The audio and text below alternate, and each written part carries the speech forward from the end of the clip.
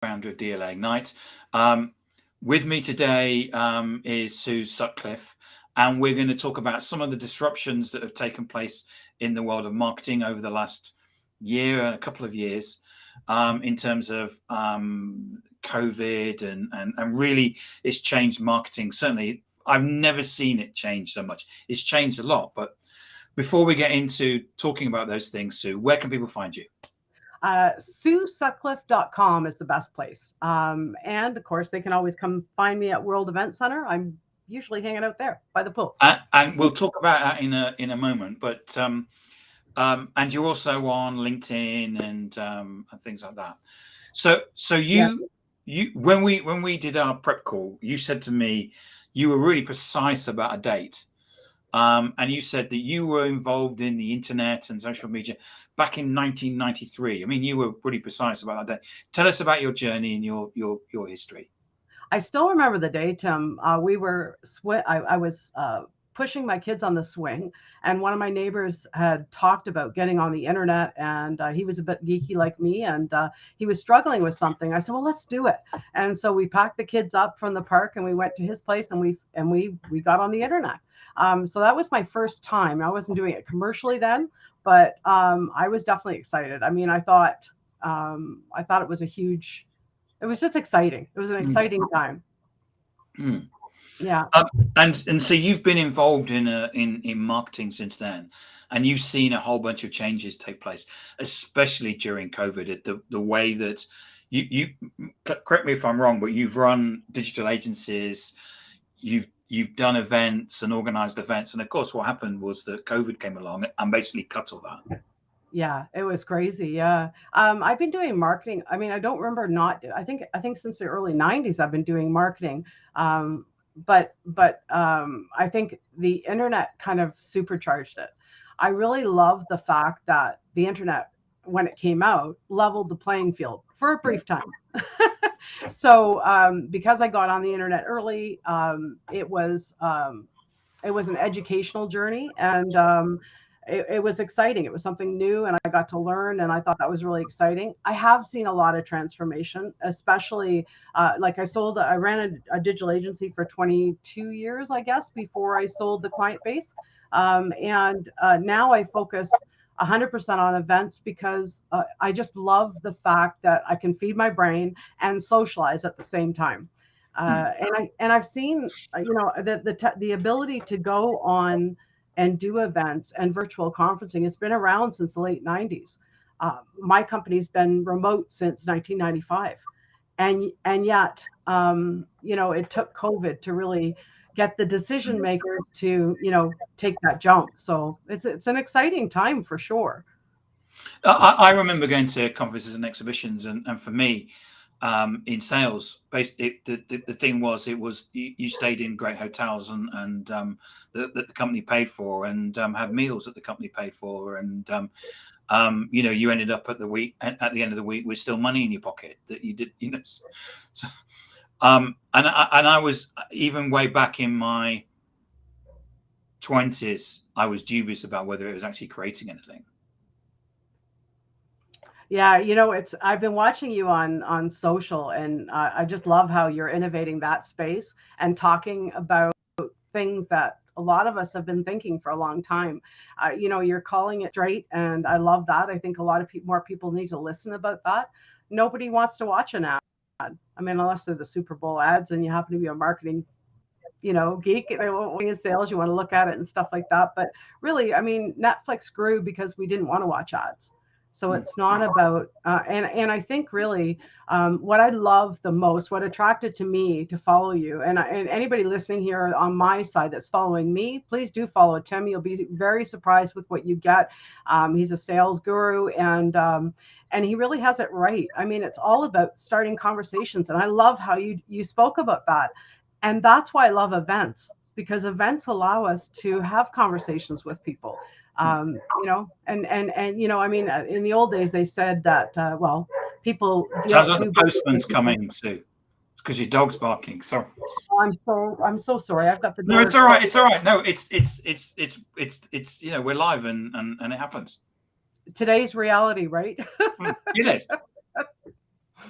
Yeah, but I think we deal with people that we know, like, and trust, and how better to do that than to get together. And in the past we did it at conferences, and I'm with you, Tim. I loved going to conferences and loved that whole scene. I was really lucky when I started out my business in '95. It grew really fast because the internet grew really fast. And I always had a team behind me to back me up, so I could go and do all that stuff. And my world changed a lot when I sold the agency, because I left to take care of some personal business, and I was doing consulting and all that. But all of a sudden, I've got to do my own deposits, and I've got to do my I've got to take the garbage out, and I have all these things, and I'm thinking, well, holy, the failure rate for businesses was 90% in year one, before the internet, before social media. And now with all this stuff, they need a better solution. And I feel like, the time, there was a lot of people left out that couldn't leave. For me, I'm a caregiver. So it's not something I couldn't leave and get on a jet and go somewhere and learn. And so for me, that's why I decided to get into this industry, because and it really became something that um, it really raised awareness about inclusivity and accessibility for events, because Yes. there's a lot of people out there that, before, like, I'm a caregiver, but there's lots of people that were born with a disability that stops Yep. them getting on a plane. Yes. So so really, I think in an age where society is saying, hey, we need to be inclusive, we need to be accessible, and we need to serve everyone, I think, what, virtual events are, well, I mean, the stats are saying it. They're here to stay. People want virtual events. And I don't think the in-person events will go away, because I think everybody's wired differently. And I think for different purposes, there's benefits to both. And certainly, the hybrid model is evolving in a really crazy way, and some good and bad. We're experimenting in that space. Um, So so this is what so one of the things about what you've done, Sue, and way back in 1993, you were experimenting, and what we need are people to innovate.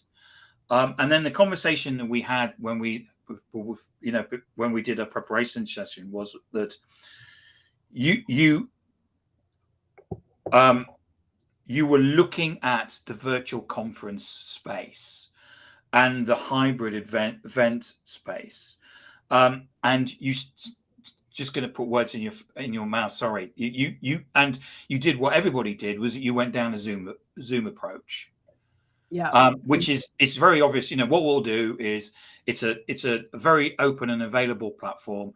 Everybody's using it. We use it for meetings. So what we'll do is, we'll set up a Zoom call. We'll send people a link. They'll join it, and we'll run it just as it's an external meeting, but we run it just like an internal meeting. Hmm. And that gets you so far. And I totally agree, and I know people that are still using that. But you also kind of felt that there was restrictions in that. Yeah, there So was a talk huge. us through that process that you went through there. Sure. Well, once I got things settled and I was ready to start my next business, I decided on running a virtual event to educate business people that couldn't necessarily get to conferences, and or couldn't afford it. So they could either not afford the time or the money. Um, I approached a few sponsors. We got 4 national sponsors. So I knew that they were having trouble getting to these people too. So there was a business model, and I decided to launch it. And with Zoom, because there was really not a lot of options. I'd used GoToMeeting, I'd used Blue Jeans, there's a whole slew of them that I had used. But Zoom seemed to be the most stable at the time. And I used it for my coaching. So I went ahead and did it. Now the next day we had pretty good success, but a lot of thank you notes coming in the next day. And I realized at that moment that I was not going to do it again, that there had to be a better way, because there was just no engagement. And it's funny, you decide in your mind you want to do something, and you go full tilt. I mean, that's the way I'm wired, and that's what I had done with this business model. But the one thing that I hadn't counted on was the gap. And in my mind, a conference was hey, Tim, what stream did you take? And what did you think of that keynote speaker? And do you want to meet for beers? And yet, with the virtual conference, it was just the engagement wasn't there. There was a huge gap.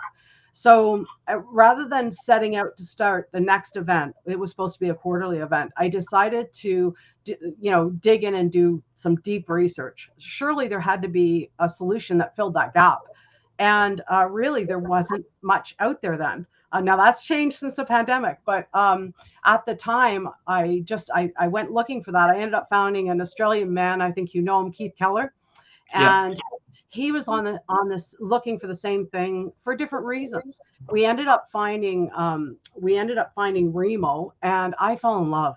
The platform was easy to use. It was easy to set up an event, and I decided right then and there that had to be that had to be something I wanted to train on. I mean, the tools, it's like driving a Rolls Royce. You have all the tools. and and anyway, so long story short, I was just still doing the research, and then the pandemic struck.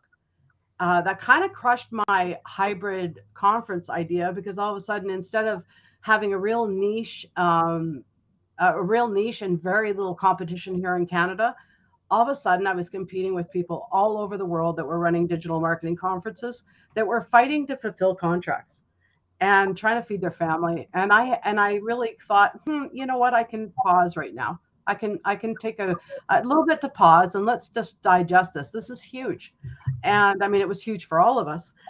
17 days later, I launched World Event Center, powered by Remo, because I wanted to gather the communities I knew. And I figured, It's worth saying that I think you pointed out that there was 337 different type of event solutions out there on the market.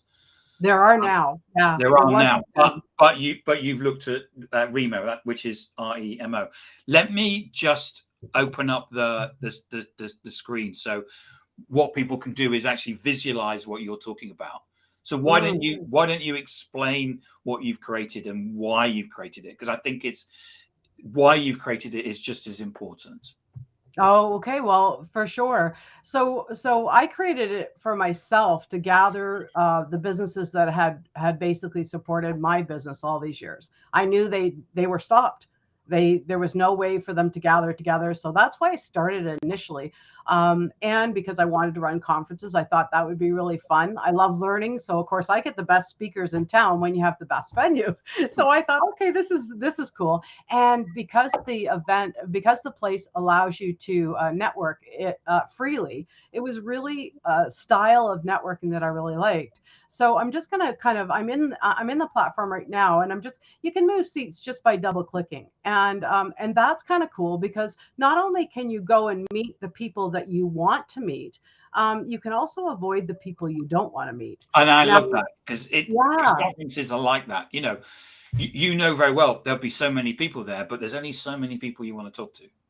Yeah, exactly. And this room is set up.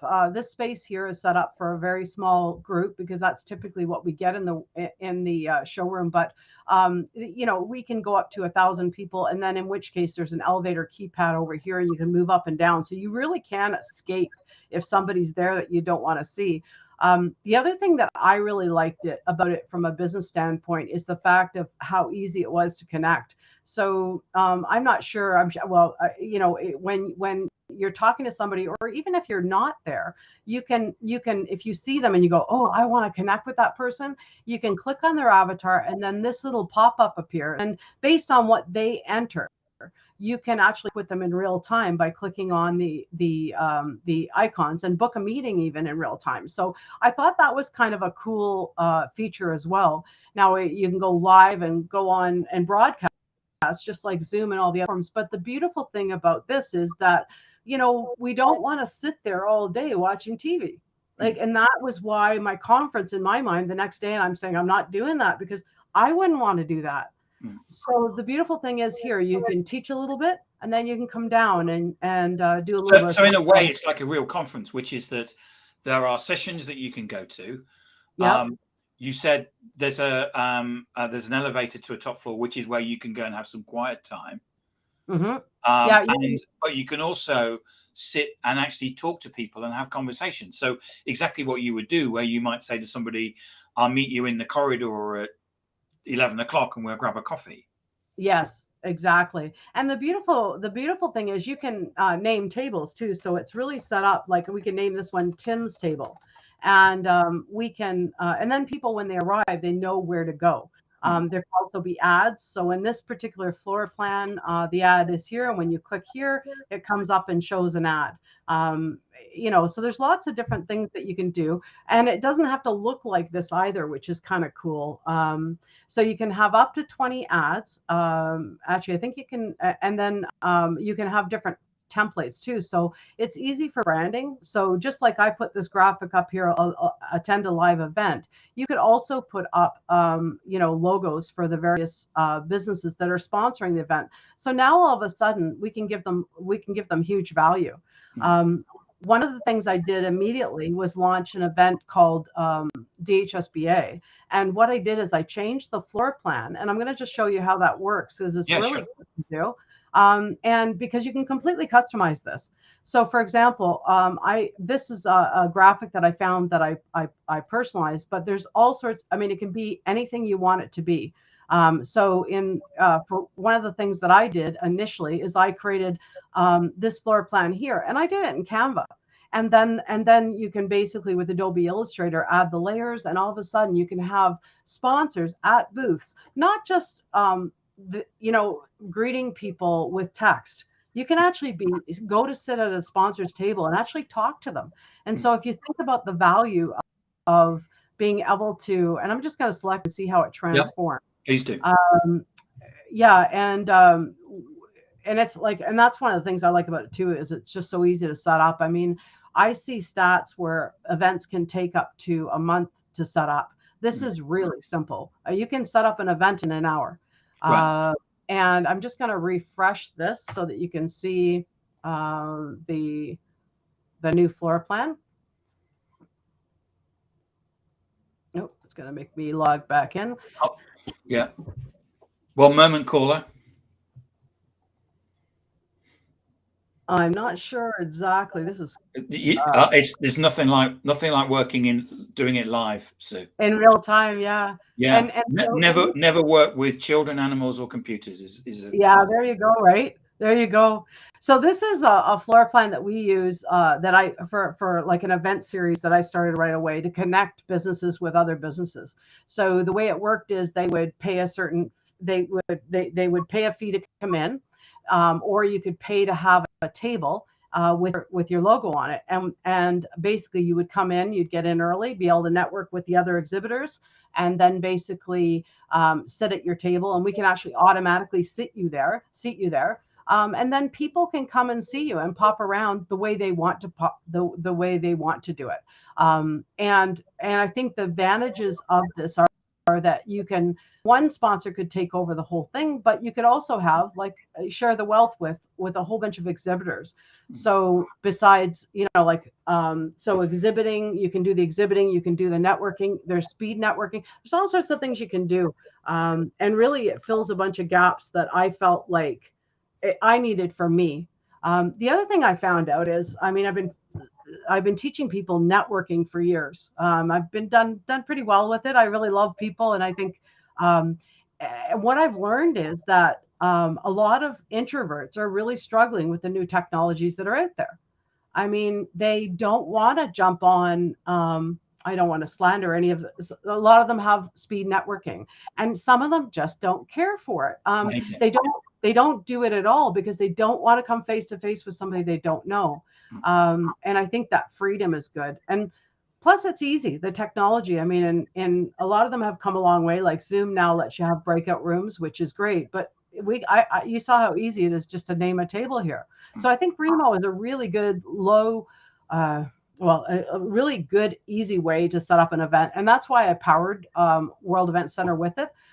However, not all event, the market's come a long way since 2020.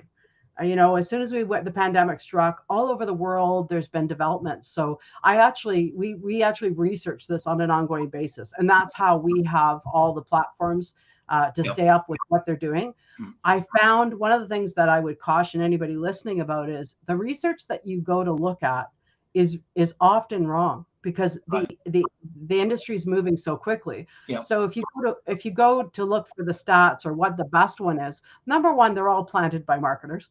Yeah. And number two, if you go to the site of the person or of the company that's running it, of course they've got old stats for this because Yeah. they're not doing research on a regular basis. So And their website probably is old because it's like one of the last things that you. Yeah.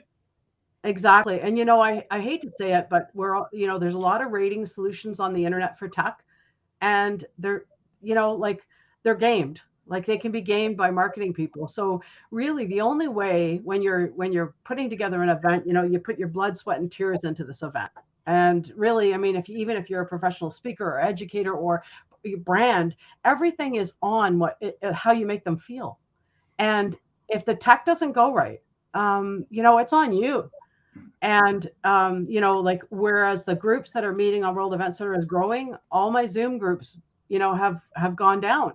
Um, but there are lots of different platforms coming up, and you really do need to kind of keep your eye on the market, and talk to a lot of people to make sure that when you're putting together an event, and every event's different too. I feel like the niche for Remo, at least for where it fits with me, we're on a mission to make the world a better place. And we work with people that do the same, that are on the same mission. So for us, we specialize in industry associations because they need conferences, they need annual general meetings. They need to go. Their members deserve the opportunity to have an instant office 24/7 to go one-to-one with each other. That's just good for business. So we've kind of focused on that and economic development. So that's why we use this platform. But there are other platforms for other purposes, and they all have. Some people really want to do the hybrid, and they want to have multiple locations. When you get into a big event, you have to go into different platforms. So usually what I do, Tim, and it's no different than you do with when you're dealing with a new client, is you listen to what their business plan is, what's your model, and who you're serving, and what do they want, and then try things out. Ask your top ones. What do you think of this, and what do you think about that? And that's really the litmus test, right? Because that way, once you want more of your top clients. So Yeah. that's what I did with when I decided to take on Remo and start using it for a platform on World Event Center. But we will run other events for other people, and we partner a lot in the industry, and I think that kind of is a necessity now because you can't be a master of all, right?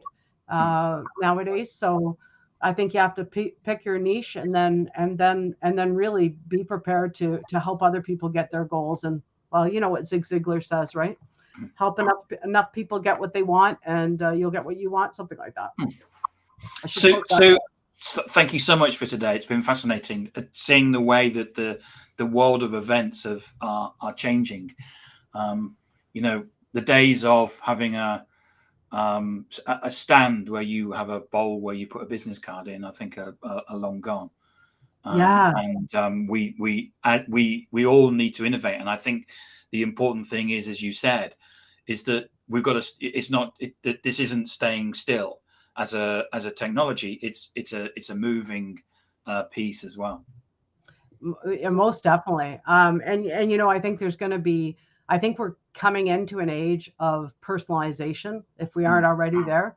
And everybody likes different things, and really at the end of the day, if we're in business, we have to please the people that we're trying to get a hold of, right? That's the key. So I think there's going to be a lot. It's going to be interesting to see what happens in the world of hybrid, because there's all sorts of different versions, and even in the industry, we can't agree on the term. I mean, I say I did a hybrid event in 2019 because I ran an event that was broadcast to 3 different locations across GTA. But some people say, well, that's not an event. And then and there's all these different technologies emerging. So I think honestly, it's an exciting time to be in this. I mean, I've been, kind of ever since that day in the park when I discovered the internet. My life has been changing every day based on technology, and it just keeps getting faster. So I'm excited about the future, and really with 50% of people planning on doing events, um, virtual events, I think it's something that we all have to look at. And I think really another trend is going to be event marketing and sales, because that's now that there's all the competition on the market. Now we have to treat it like a true marketing tool. Yeah. Um, and I think that's going to lead a lot of opportunities for companies like yourself, to create spaces for people to talk and have conversations. I really loved it when you were describing social selling on your blog. And you just talked about, okay, I'm going to take you into an elevator and we can go to any floor and I'm going to take you to the floor you want. And I thought, oh my gosh, that's really what we need to do. We need to help people visualize the fact that, you things have changed. And although, I think you can still do what you used to do, but I think, is an efficient use of your time. If you think even about networking, I mean, I don't know about you, Tim. I used to do a lot of networking, and I lived in not far from the city, and so if I could do a meeting in the morning and a meeting in the afternoon, and it was wonderful. I loved it. I loved the social. But on this, I can have two or three in a morning, Yeah. and then you talk about sales results. I mean, I've presented in, somewhere in the, I remember, I wouldn't do it now, but I remember I presented in Moscow in the morning and I was training people in California in the afternoon, sitting at my desk in London because I can. Yeah. And there was a time when people would have said, no, you've got to go on a plane and you've got to fly out, and all the wasted time that you have doing that, and you don't have that now. No. So Sue, thank you so much for today and for demonstrating what you're up to enable people to visualize. Remind people where they can get hold of you. Well, you can put Sue Sutcliffe in any search engine, but SueSutcliffe.com or worldeventcenter.com, the best places to find me. And thanks, Tim. It's been a You're pleasure welcome. chatting to you. It's just amazing how things are changing, and how fast they're changing. Part of that is because everybody had this working from home experiment, Mhm. and that seems to have changed an awful lot of things. So thank you so much for today, Sue. Really appreciate it. Yeah, my pleasure.